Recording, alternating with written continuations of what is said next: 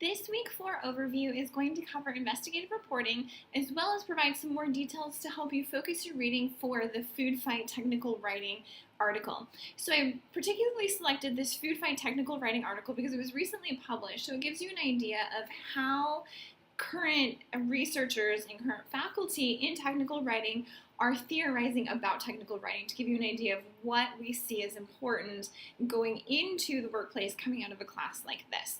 So make sure you've read the Food Fight Technical Writing and you've also read the investigative reporting. It's on pages 290 to 292 of your textbook. So this infographic briefly goes over, and I'm going to use a combination of the food fights as well as the investigative reports. I do expect you to have read this, and you're going to need to read all of this before you arrive at class on Monday. Okay, so let's go over investigative reports. In the introduction of an investigative report, you need to outline the problem and you need to propose a solution. So you should respond back to the problem and you should give an outline of how you understood the problem that was posed to you that influenced the reporting or the investigation that led to this particular report. So you really need to outline the problem so that you can come to an agreement. Here's what I see as the problem, and then tell your audience, tell your reader your solution. You are not writing a mystery novel. You don't want to save that until the very end of the document. You want to communicate that kind of information very, very quickly.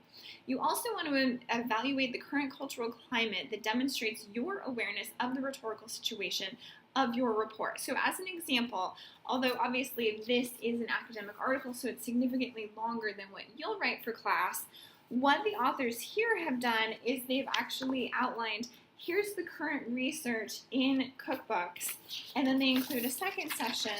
Here is the current understanding of womanhood. So they've outlined the two major pieces that you as the reader need to be aware of in order to understand their conclusions and what they're proposing.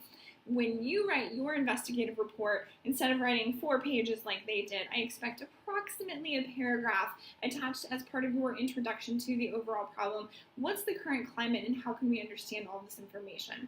I've designed the quest that will start in class on Monday so that you have a chance to actually brainstorm these ideas before you start writing so that they'll be, you'll be aware of them first.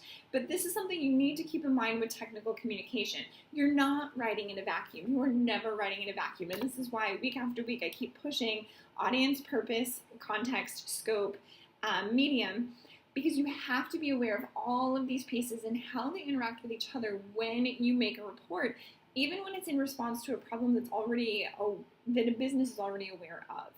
Finally, communicate the purpose of your report clearly, and you're not writing a mystery novel. Tell them communicate the conclusion and the purpose and your proposed solution all in the beginning here in this introduction.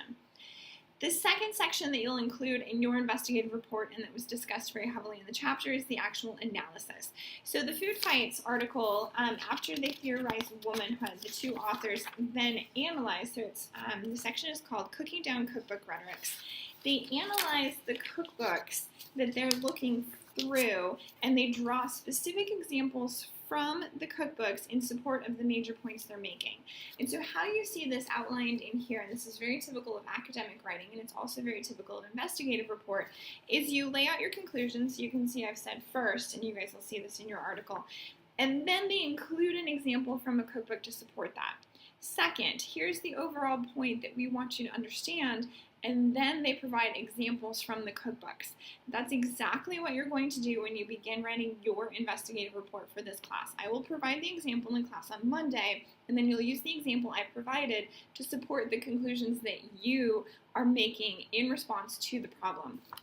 So again, all of the different pieces need to come together so that you can understand, here's the scope that I'm dealing with, here's the problem I'm dealing with, here's the purpose of my communication, here's what I understand about the audience of this particular problem, so what kinds of examples do I need to use and how do I need to phrase my conclusions so that they both support the purpose of my document and the recommendations I'm making, as well as show awareness of the rhetorical situation. So the analysis needs to be rhetorically situated in what it means to analyze technical writing. The cookbook article is your example of what it means to analyze technical writing. So use this section, again, Cooking Down Cookbook Rhetorics, as your example of what an analysis looks like. So you're going to determine the cultural codes present in the technical information you're reading, and then say, what do those cultural codes communicate? So the authors Muller and Frost actually call those field narratives, and they are the field's general feelings, discussions, or representations on a given subject. I've narrowed down the subject for you when I give you your example, and I've also helped narrow down what are some of the field narratives, and then you guys are going to come up with the how are these field narratives understood so that you can then propose your particular solution. You also need to determine the cultural implications of those technical artifacts. Muller and Frost, that's their big conclusion heading towards the conclusion of their particular article. Here's why analysis is so important in technical writing. You need to understand the cultural implications of the technical artifacts because they're going to be read verbatim. So what does that mean, and how does that operate, and how does that shift the culture, or how does that further the culture, or how does that completely disrupt the culture, and what do you do about that? So you really want to think about gender, race, class, socioeconomic status, sexuality, identity, and American culture, and then start to narrow those down based on the technical situation that you're communicating to, the culture of that particular technical communication, and what you know about the identities that operate within that, and how that's understood and known by your particular audience. Finally, the last section that you're going to include, and the last section that's prevalent in investigative reports, are the conclusions and recommendations. So now you need to remind your reader, here was the purpose of the communication, and here are the results of my investigation. Again, these need to be culturally situated in your awareness of the rhetorical situation that you're writing to. And I've set up the problem so that it's very clear who you're writing to. And then you're going to tell your reader your recommendations. In the conclusions and recommendations, you'll add much more detail to the recommendations that you're making. So in the introduction, you're going to tell them the recommendations, but you're going to be very brief. Here's what I recommend. And then in the conclusions, you're going to actually lay out in significant detail, possibly even using bullet points, here's why these recommendations match with the analysis that I've provided for you above, and here's why my recommendations and my conclusions are sound. So you'll want to provide further evidence based on your analysis as to why your recommendations are sound, and then you'll summarize it all at the end. So again, there are essentially 3 parts to an investigative report. There is, in this case, you don't need to do any actual investigation in an actual workplace. You would do further investigation. I'm handing those pieces to you. You have an introduction that shows awareness of the rhetorical situation.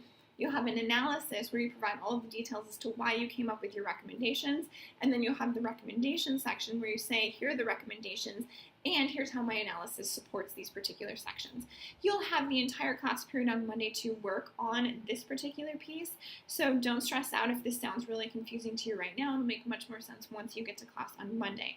But I need you to have read both pieces of writing that were assigned for class before you arrive, otherwise you're going to spend so much time reading these you won't have enough time to ask me questions.